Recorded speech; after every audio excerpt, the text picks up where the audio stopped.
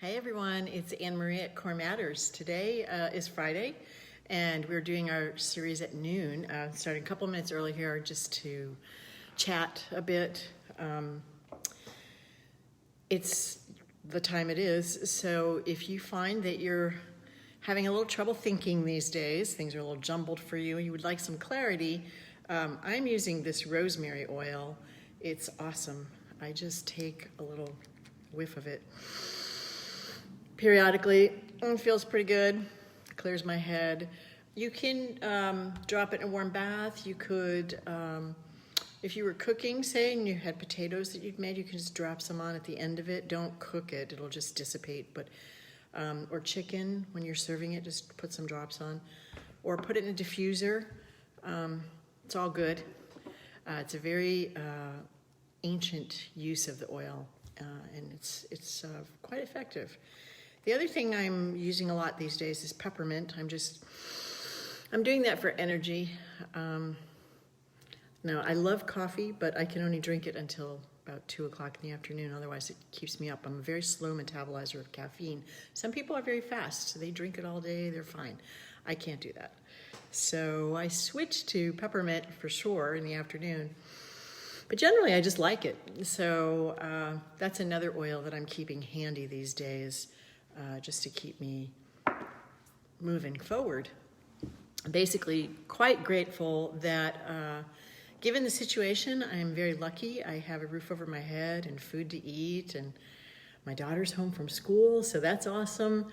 And just the weather's good.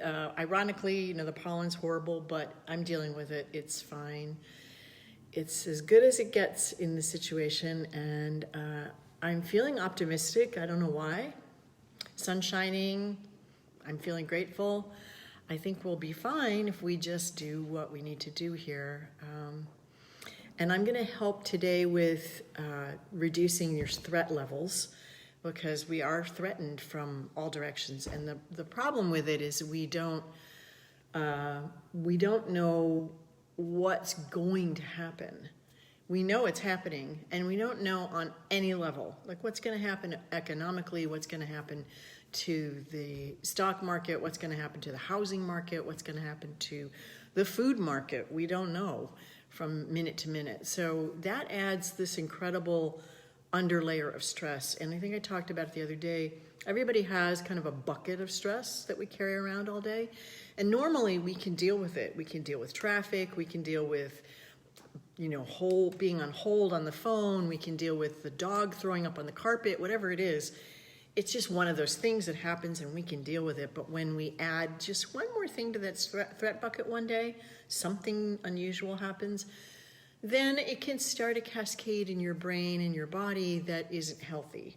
So what we want to do now, what we're trying to do at noon every day, is take a little bit of stress out of the stress bucket so that you can deal with this constant threat that we have in the background. Because even if you don't think you're thinking about it, you're thinking about it. So we've been working on vision off and on, and we've done a couple of other things. And today we're going to continue a little bit in that vein. 2 things. One, yes, if you have essential oils, use those.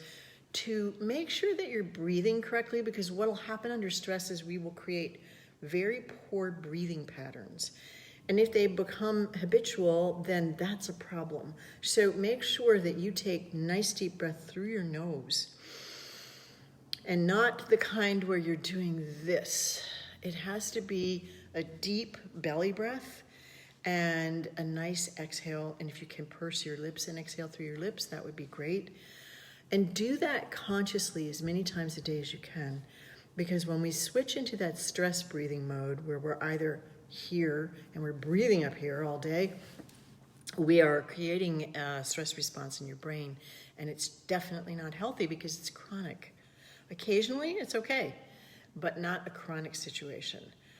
So let's keep our breathing patterns as good as we can make them. And then we're going to look at vision, because as I said, we're all sitting in front of the screen. It's not healthy. It's not good for our eyes. So what I want you to do today, and you can do this also when you go out on your walks. You're going outside and you're looking around, right, just to give yourself some visual data. that makes your brain feel happy. So you can try this on your walk with your thumb, but we're gonna do one at your desk because that's where everybody is today for the most part. And I'm gonna use the little red tipped pen again.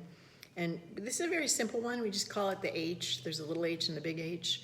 And that's what you're gonna do. You're gonna trace an H with your pen.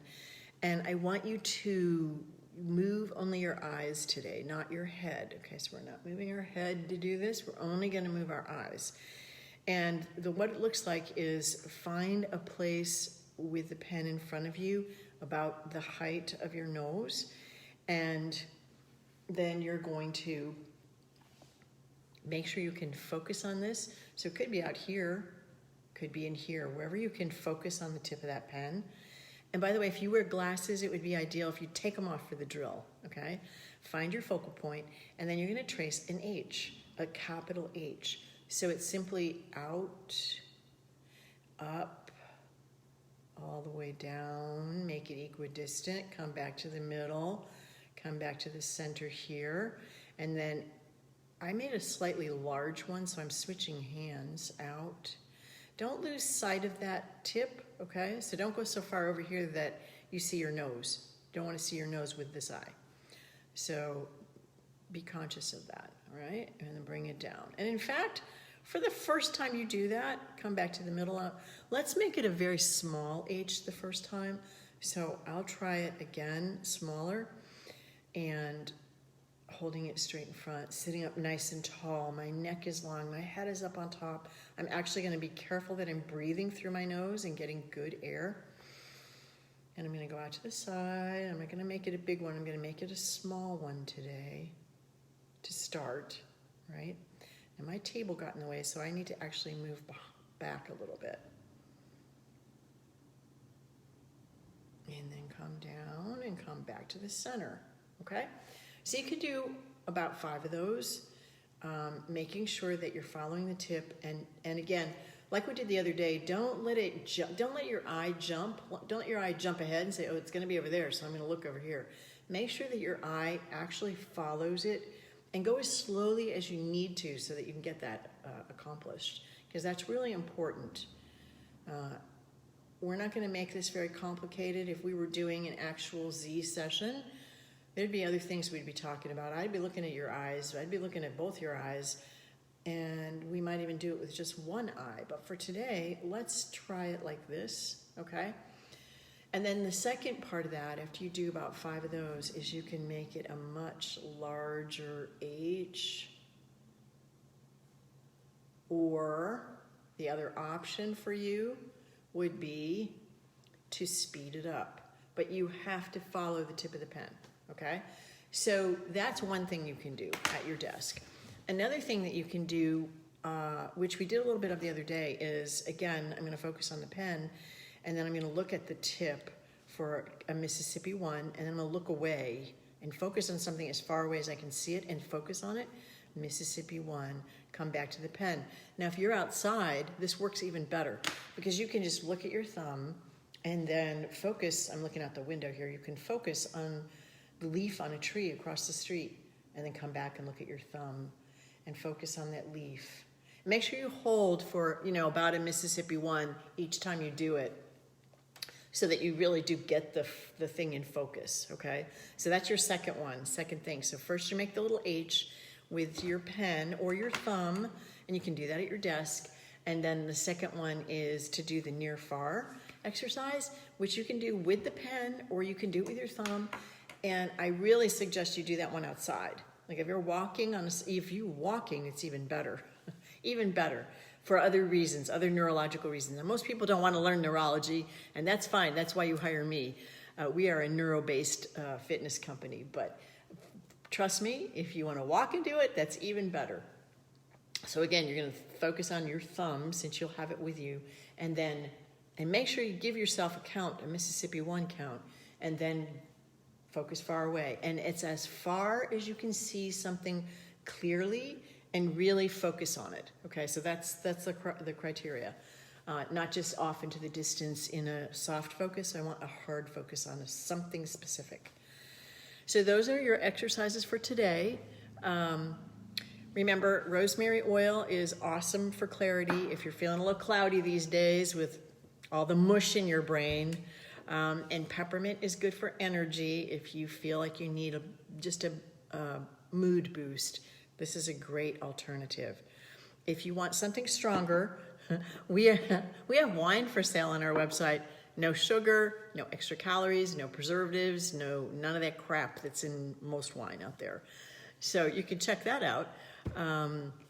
But otherwise, we're here for you. If you have any questions, you can just ask us below.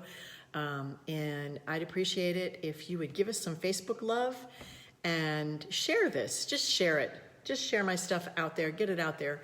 Because that also gives me some Facebook love. And we'd appreciate that. So stay safe. Take care. Thank you for being here. I'm so glad that we are all safe and lucky to have food and shelter. We're very lucky, and I'm grateful for that. Let's do this. Take care.